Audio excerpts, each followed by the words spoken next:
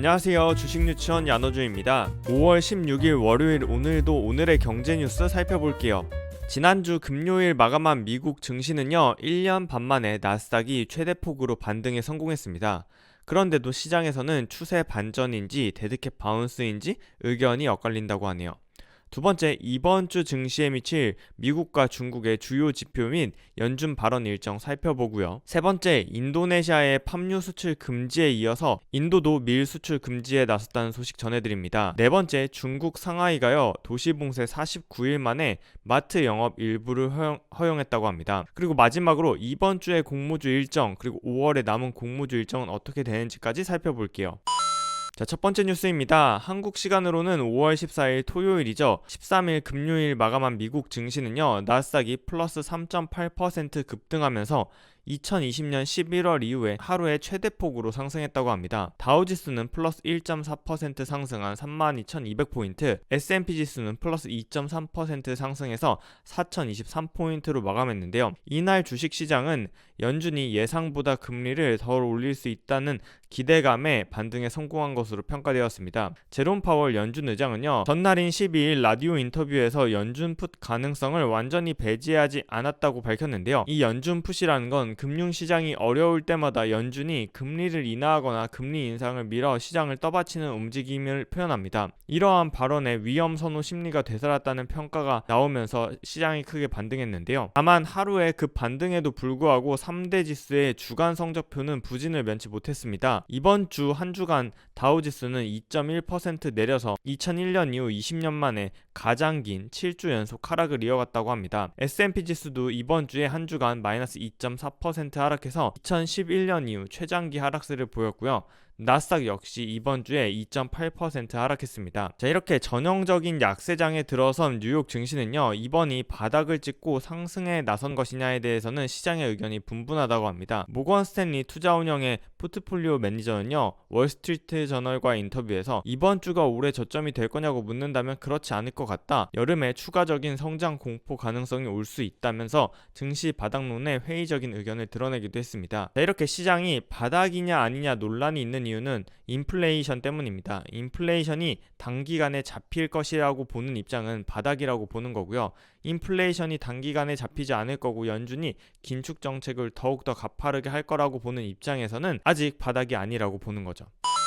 자, 두 번째 뉴스입니다. 이번 주 증시 전망은 어떻게 될지 그리고 주요하게 살펴볼 경제 지표는 무엇인지 알아보겠습니다. 이번 주에는요, 전문가들은 코스피 지수가 등락을 반복하며 변동성을 키울 것이라고 전망했는데요. 한국 증시도 올해 최저점을 기록하고 있는 만큼 저점에 대한 반발 매수세 심리와 이와 반대로 물가와 통화 정책에 대한 우려로 매도세가 나오면서 이러한 두 가지 입장이 힘겨루기가 지속될 거라고 전문가들은 전망했는데요. 이번 주에 나올 미국의 주요 일정 살펴보면요, 바로 17일에 있을 파월 의장의 월스트리트 저널 컨퍼런스 발언, 그리고 같은 날 나올 미국의 4월 소매 판매 지표가 중요하게 살펴봐야 할 경제 지표가 될 것 같습니다. 파월 의장의 발언과 미국의 4월 소매 판매 지표 등을 통해서 미국의 현재 소비 현황 그리고 인플레이션 영향을 지켜볼 수 있기 때문이죠. 또한 중국의 경제 지표도 함께 검토할 필요가 있는데요. 16일 오늘은 4월 주요 경제 지표가 발표될 예정입니다.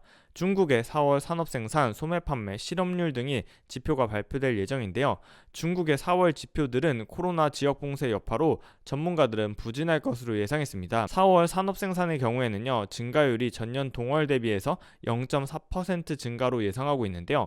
이러한 증가폭은 2020년 3월 이후 최저치라고 합니다. 또한 20일에는요, 중국의 사실상 기준금리인 대출 우대금리 LPR이 발표되는데요. 1월에 LPR을 인하한 이후에 석 달 연속 동결에 나섰는데 이번 5월에 경기 부양 요구에 부응해서 인하에 나설 것인지 시장은 주목하고 있습니다. 자, 세 번째 뉴스입니다. 인도네시아가 식용유 수출 팜유를 금지한 데 이어서 인도가 밀가루 수출을 중단했다고 밝혔습니다. 세계 2위 밀 생산국이자 8위 수출국인 인도는요, 13일 밀 수출을 전격적으로 전면 중단한다고 밝혔습니다. 자, 인도에선 지난 3월과 4월에 사상 최악의 폭염으로 인해서 밀 작황이 부진한 상황인데요. 이에 더해 러시아 우크라이나 전쟁으로 국제 밀 가격이 폭등하자 인도 내에서 내수보다는 수출로 물량이 돌아가면서 인도 내 내수 시장의 밀 가격이 급등했고, 이러한 국내 수급 문제를 해결하고자 인도 정부가 전격적으로 수출 금지에 나선 거죠. 오른쪽 표에서 보시는 것처럼 미국 농무부의 자료에 따르면요, 세계 주요 밀 생산국에서 인도는 수출국으로는 8위에 해당합니다. 인도는 전 세계 밀 수출량의 4%가량을 수출하고 있는데요. 평소라면 이러한 4% 수출이 금지되는 게 문제가 없겠지만, 현재는 러시아, 우크라이나의 전쟁 등으로 전 세계 1위 밀 수출국인 러시아가 경제 제재에 들어섰고, 전 세계적인 폭염으로 인해서 프랑스, 미국 등 밀 생산량이 크게 줄어들어 올해 밀 생산량은 전년 대비 절반으로 예상되는 상황입니다. 이러한 상황에서 인도가 밀 수출을 중단했기 때문에 앞으로 국제 밀 가격이 급등할 거라는 우려가 커진 거죠. 지난달 인도네시아가 팜유 수출을 금지한 데 따라서 전 세계적으로 식용유 값이 크게 오르고, 우리나라도 마트에서 식용유를 1인당 1개로 구매하는 제한 등을 시행되는 등 전 세계적으로 식량을 무기화해서 자국 내 수요를 먼저 지키려는 움직임이 확산하면서 식량 위기가 고조되고 있는 상황입니다.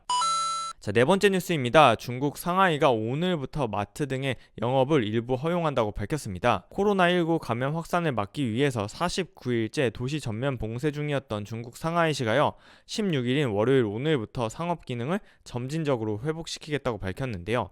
단 조건을 달았습니다. 평소보다 적은 수용 인원을 조건으로 마트나 백화점, 약국 등 일부 업종의 오프라인 영업을 허용한 것인데요. 앞서 상하이시는 이달 중순까지 주거 지역에서 코로나19 감염자가 한 명도 나오지 않는 제로 코로나를 달성하면 점진적으로 봉쇄를 풀겠다고 발표했는데요. 세계 제1의 컨테이너항이 있는 상하이에서 봉쇄가 지속되면서 전 세계적으로 물류난이 가중되고 공급망 교란이 지속되는 상황에서 상하이의 봉쇄가 언제쯤 완벽하게 풀릴지도 지속적으로 살펴봐야겠습니다.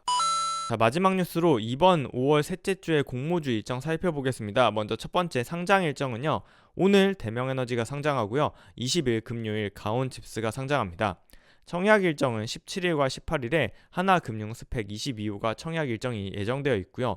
수요 예측 결과가 나오는 종목은 20일 금요일 청담글로벌이 기관 수요 예측 공시와 함께 공모 가격을 확정합니다. 또한 월요일에는요, 보호예수 해제 종목 두 종목이 있는데요. 바로 인카금융서비스와 상상인스펙 3호가 3개월 의무 보유 확약 물량이 해제됩니다. 또한 이번 주를 제외하고 남은 공모주 일정은요, 5월 4주차에 청담글로벌이, 5월 마지막 30일과 31일에는 비플라이 소프트가, 6월 둘째 주에는 범한 퓨얼셀이, 6월 셋째 주에는 위니아 에이드가 청약을 예정하고 있는데요. 5월과 6월 남은 공모주 일정은 저희 아너주가 어제 올린 공모주 투자반 영상을 참조해 주시면 좋을 것 같아요. 자, 늘 말씀드리지만 본 영상에서 언급한 종목의 매수 매도 추천이 아니라는 점 다시 한번 밝혀둡니다. 자, 5월 16일 월요일 오늘의 경제 뉴스는 여기까지입니다. 저희 아너주는 오늘의 마감 시황으로 돌아올게요. 그럼 마감 시황에서 만나요. 안녕.